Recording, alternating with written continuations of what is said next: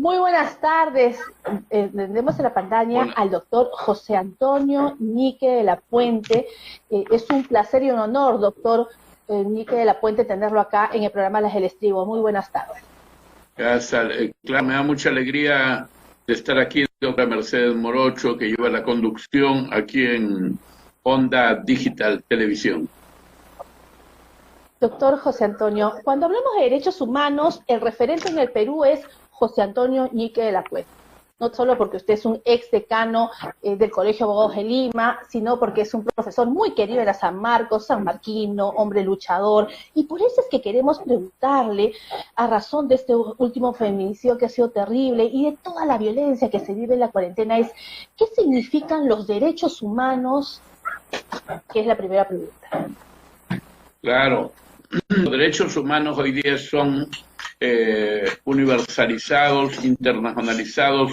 Todo comenzó, toda la vida desde que comenzó el origen y desigualdad entre los hombres, según Juan Jacobo Rousseau, se ha luchado por los derechos humanos para afirmar la dignidad y la persona humana que en el humanismo cristiano, en el existencialismo cristiano francés, se llama, que le sirvió de soporte a la Declaración Universal de los Derechos Humanos, se llama que la dignidad humana es lo eterno del hombre, se basa en lo eterno del hombre. Ni siquiera el pecado original anuló o eliminó la dignidad humana, que no se pierde con nada, ¿no?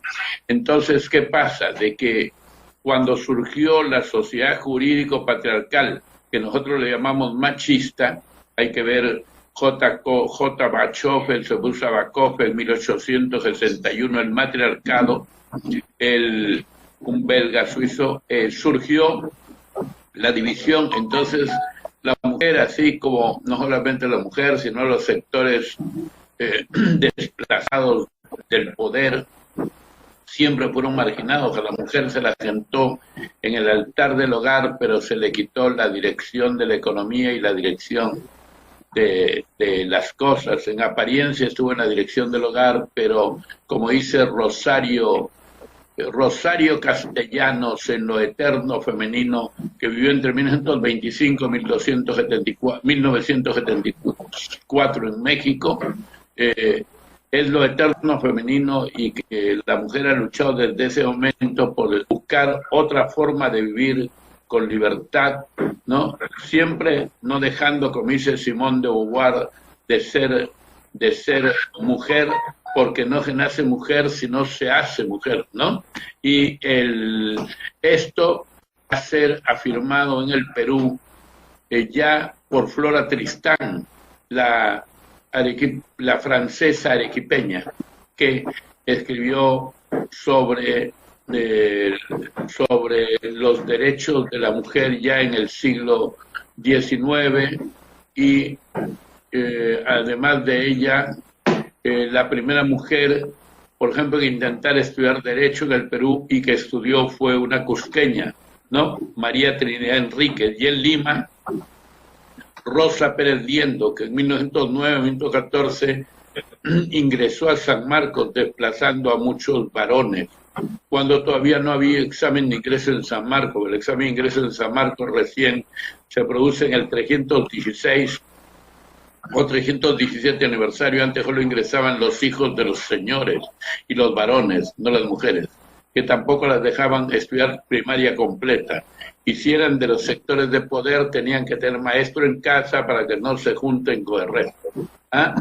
Así como el chavo, no te juntes, ¿no? Entonces, en el Perú no solamente hay machismo hasta el día de hoy, que ven el feminicidio tan horrible contra esa mamá y su hija, ¿no? Y todos los días. El feminicidio es producido por toda una cultura jurídico-patriarcal que, además de ser sexista, es clasista, es racista, es xenofóbica y también es caciquista. Y encima se ha unido esa irracionalidad y ese egoísmo neoliberal que ha dado otra connotación al feminismo, que no es el verdadero feminismo, porque el verdadero feminismo es el humanista, que no enfrenta al hombre y a la mujer, sino que, como decían los chinos en la época de Confucio, el hombre y la mujer deben sostener cada uno una mitad del cielo, Y en el Génesis también está que el hombre y la mujer cuando se casen deben ser cada uno, integrarse en un mismo cuerpo, una sola alma, pero no dice que debe ser explotado uno por el otro ni dominado, sino en un pie de igualdad dentro de el mensaje del Sinaí, ¿no? Aunque Fernando Sabater dice que hay también un poco en la interpretación, un poco de machismo, por ejemplo, en el 9º mandamiento de la ley de Dios, cuando dice, Moisés parece que copió mal machistamente, porque dijo, no desear la mujer de tu prójimo, aunque Jorge Eugenio Castañeda, claro, que era un chistoso único, dijo, y haciéndolo interpretación exegética es así, no desear la mujer de tu prójimo. Pero Gilead es una interpretación creadora, y no literal, quiso decir Yahvé o Jehová, no desear la mujer de tu prójimo salvo que ella te desee, y todo el mundo que mataba de risa, ¿no? Entonces Fernando Sabater dijo, Señor, ¿y por qué no pusiste en el 9º mandamiento también no desear el marido de tu prójimo? ¿No? Bueno, Rosario Castellanos, que es excelente, vea en breviarios de Fondo de Cultura Económica de México, lo eterno femenino, ¿no? La mujer tiene que recuperar eso, y por eso es que desde 1970 surgió el enfoque de género, que el enfoque de género no es ideología de género, es la misma mujer, el mismo hombre, género es varón y mujer, lo que pasa es que es una perspectiva para evitar la discriminación de la mujer y la violencia de género, y eso se afirmó, ¿sabe cuándo está el documento jurídico? Que la gente habla porque no sabe, porque no tiene la culpa. Comienza en la Conferencia de Derechos Humanos en Viena, 1993, ni siquiera en Conferencia de Derechos de la Mujer, sino en la Conferencia de Derechos Humanos de Viena, 1993, junio, en la Declaración y Programa de Acción de Viena, donde defiende también los derechos de la mujer y de la madre niña, porque los sectores pobres, las mujeres, además de sufrir por ser mujeres, sufren por ser pobres. Y no olviden que la mayor explotación de la mujer es en la pobreza, la mayor discriminación, porque no solamente hay discriminación de la mujer por ser mujer, sino por ser pobre, y también étnico, de clase, racista, y todo, ¿no? Entonces se trata de reivindicar, ¿no?, ese feminismo que quiso Olympe de Gouges, la francesa, que en la Revolución Francesa les gritó a los de la Declaración de los Derechos del Hombre y del Ciudadano, hipócritas, esta no es la Declaración de los Derechos del Hombre y del Ciudadano, esa es la declaración, digo, de los derechos del varón, porque hombre no somos solamente los varones, hombre según Eleanor Roosevelt, en la Declaración Universal de los Derechos Humanos viene de tierra, de humus, y hombre y mujer estamos hechos de tierra, ¿no? Entonces el espíritu ya es lo que le agrega a Dios como parte de la dignidad y lo que Hegel llama la fenomenología del espíritu. Pero sepa usted que, entonces dijo, pero para no equivocarnos, como los varones se han apropiado del término hombre, para no ponernos en duda, mejor pongámosle Declaración de los Derechos Humanos, y así se aprobó el 10 de diciembre de 1948 en la madrugada en París, y con 30 artículos, y además las Naciones Unidas señalaron como objetivo que los hombres y las mujeres somos iguales pero diferentes, y dijo que había que luchar por la igualdad entre las naciones grandes o pequeñas, el hombre y la mujer. Y cuando habla de protección y promoción de los derechos humanos, la lucha contra el machismo es un principio, una norma jus cogens, normas imperativas de derecho de gente o derecho internacional que están obligados los estados, reafirmada por la Carta Magna de la dignidad de la mujer y de los derechos humanos de la mujer, que es el CEDAW, CEDAW, que es la Convención de Naciones Unidas sobre los derechos de la mujer contra toda forma de discriminación, del 18 de diciembre de 1979, y que se afirma sobre todo en el sistema jurídico interamericano con la Convención de Belén du Pará del 9 de junio de 1994, sobre todo en un artículo que destruye el machismo y el sexismo y las sociedades jurídico-patriarcales, que es el artículo 7º, en 8 incisos, porque de la letra A a la 8 cuenten, hay 8 incisos, y esos 8 incisos los estados están obligados a penalizarlos, o sea, convertirlos en tipos penales o de infracciones de delitos o faltas. y otras contravenciones y también daños que generan indemnización y reparación, ¿no? Entonces, y en la Convención Europea de Derechos Humanos de Control de Convencionalidad, así como aquí, es en la Declaración de Estambul del 2011, también contra toda forma de violencia. Pero además de eso, sepa usted que antes hubo una declaración en 1975, cuando se declaró el Año Internacional de la Mujer, y la primera conferencia internacional de la mujer fue en México, en 1975, porque la segunda fue en Copenhague, 1980, la tercera fue en Nairobi, Kenia, 1985, y la cuarta fue en Beijing, 1994, y ahí ya se consolidó esto. Ya ha visto que yo no estoy leyendo, yo estoy leyendo en mi cerebro porque tengo videos en mi cabeza, yo lo que leo lo reproduzco en videos desde niño. Le escucho. Es algo muy rescatable, porque siempre que he tenido la oportunidad de ver esas conferencias magistrales internacionales, usted todo está acá, mientras que hoy en día los abogados pues estamos siempre ayudándonos, y qué bien, qué memoria tan prodigiosa. Pero doctor Ñique, vemos un marco internacional amplio, vemos un marco internacional amplio y el marco nacional también en cuanto a lo que son los derechos de protección hacia la mujer. Pero ¿qué es lo que pasa en esencia? ¿Por qué es que sigue habiendo esta violencia en la cuarentena, en los hogares peruanos? ¿Por qué es que no se respetan los derechos y se llega a tal agresión que termina en un feminicidio? Ya lea usted, hay un video, un trabajo en internet que se llama El amor en tiempos del neoliberalismo. El neoliberalismo todo lo reduce al dinero contante y generante, al mercado, como dice el Papa Francisco, no tengo que ir a gente pagana, me basta con ir al cristianismo del Papa Francisco. En la encíclica Si Laudate Signore del 24 de mayo del 2015, día de Pentecostés, que es la frase de San Francisco, que no era machista porque él quería mucho a Clara de Asís, pero parece que Clara de Asís, su amor era solamente del banquete de Platón, ¿no? Y más que todo se querían en el servicio al Señor, a Dios. Y el Papa Francisco dice en esa encíclica, alabando a San Francisco de Asís, que hay mucho hedonismo y consumismo y cosificación del ser humano. Entonces ahí se pierden los valores y vienen las psicopatías, psicópata genético, porque ese que ha matado de esa manera, que además ha violado a la menor, según eso no cree en nadie, eso solamente, como decía Eduardo Bimbel de los Santos, analizando en criminología el psicópata genético, solamente piensan en comer y fornicar, no tienen valores, ideales, la axiología les es ajena, son solamente seres ónticos, pero no deónticos. Óntico es el ser, lo corpóreo.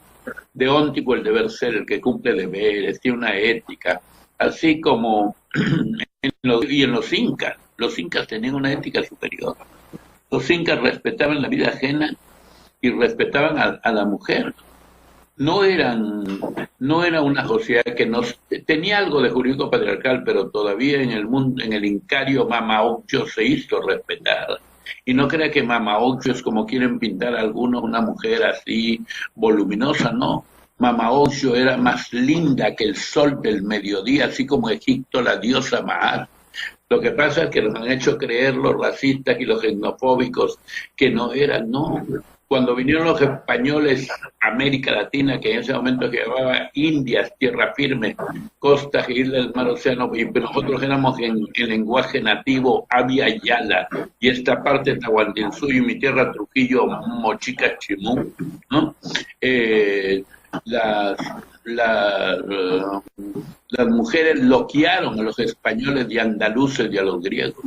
Eran más lindas que lo que ellos habían visto en muchos sitios. Se loquearon.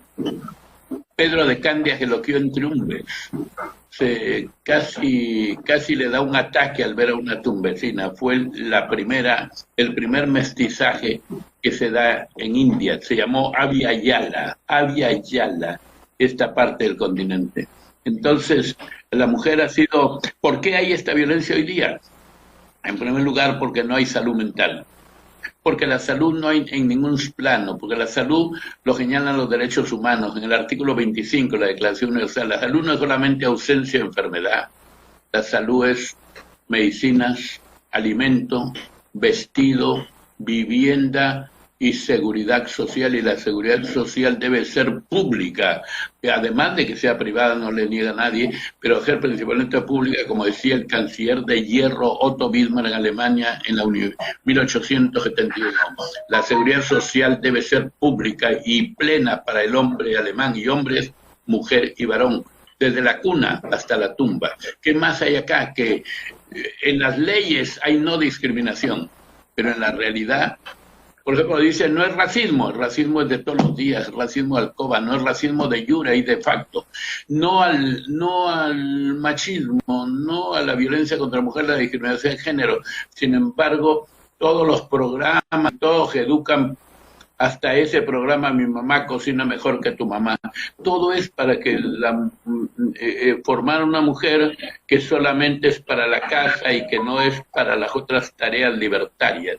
Solamente nada va a haber, ni leyes más duras, ni penal, si es que no modificamos la educación, y tiene que haber una educación como práctica de la libertad, y se tiene que enseñar a Olympe de Gouges en los 17 artículos de 1791 en la Declaración de los Derechos de la Mujer y de la Ciudadana, en 17 artículos, copiando los artículos de la Declaración de los Derechos del Hombre y del Ciudadano del 26 de agosto de 1789, pero poniendo el acento en la mujer, lo que ahora se llama, ¿no?, el enfoque de género, la mujer plenamente integrada, y no en los conceptos de aquellos que quieren negar. No lo hacen tampoco de malo, sino que no conocen el sentido, el espíritu del derecho internacional en la convención, en la conferencia de Viena de 1993, donde reguló el enfoque de género, que es plenamente el enfoque del hombre y de la mujer, y que es plenamente la dignidad humana, porque la dignidad humana no es otra cosa que el título abstracto de humanidad, y ni siquiera la cadena perpetua, según el Tribunal Federal Constitucional de Alemania, quita la dignidad humana. Por eso es que en Alemania se prohíbe que en una sentencia a cadena perpetua figure que el preso morirá en prisión por ser contrario a la dignidad humana, y la dignidad humana es para la ley fundamental de Bonn y para la Constitución alemana, y para todos nosotros debe ser la dignidad de la mujer, debe estar por encima incluso de la Constitución. Imagínate, está en la pirámide de Kelsen, que era chica, porque por encima de la Constitución, por encima de todo está la dignidad humana, está la dignidad de la mujer, y la igualdad no es igualdad de homogeneidad, sino igualdad de oportunidades y de respeto. Qué importante es lo que usted dice, es sembrar cultura, enseñarle a la sociedad cultura, y para ello, como usted es el líder peruano en cuanto a lo que es derechos humanos, lo vamos a comprometer acá en el programa El Estribo para que sea nuestro aliado en difundir la cultura que a usted tanto le gusta en cuanto a lo que es derechos humanos, doctor, para enseñarle a la población, porque este canal no tan solo se transmite por internet, tenemos a tantos canales aliados como en Cerro de Pasco, Canal 16, llegamos hasta Guaipía, Ucayali, hasta Brasil, Ancash, en fin, diferentes lugares del país e internacionalmente que nos están viendo en este momento y que nos están saludando a través de las redes, y que de verdad quedan muy agradecidos por lo que usted nos está enseñando, nos está explicando, porque cada día tenemos que aprender todos, no tan solo los abogados, los periodistas, todos, porque usted nos enseña en cuanto a lo que es la cultura de derechos humanos.